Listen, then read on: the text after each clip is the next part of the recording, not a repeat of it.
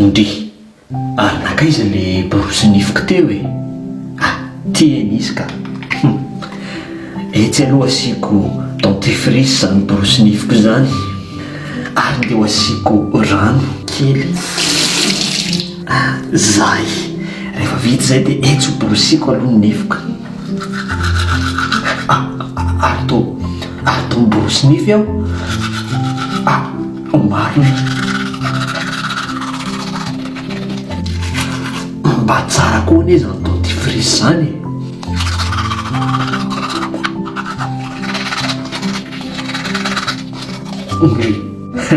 Mantsy piky re zany nifiko zany.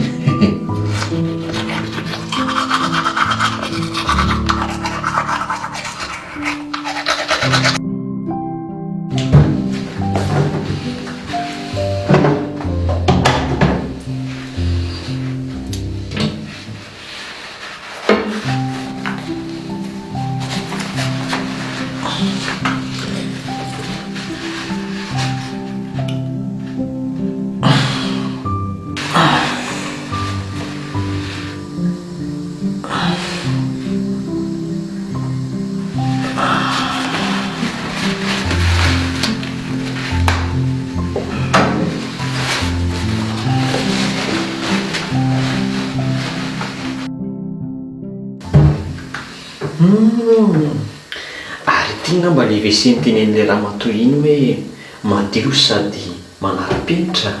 Etsy aloha izy koa afaka ty sarony ty tena madio tokoa anie izy zany.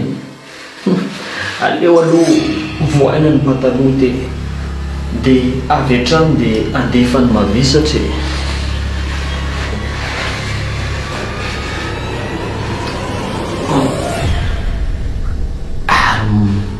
Mamoaka maloto ny ahy zany e. Ary to fivalanana be marina mafy tsy marary kiby ve za zany e.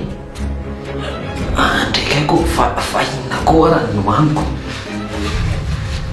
Raha azoko tsara koa ne zany dia ity atanako ty zany le papier hygiénique le fandiovana rehefa avy mivoaka fotsy anie izy zany. Ary le taratasy anie ka tena malefaka e. Marina aloha eny aleo aloha idio fa maika koa e. Zay dia ahoana ny efasana n'ity zavatra ty. Mety ty zany le zavatra pitserina mamoaka rano mba azoko tsara. To mamoaka rano ary ndraikaiko tena iozana be ny vazaha zany. Aloha aloha saromana fa manahirana raha misy mahita e.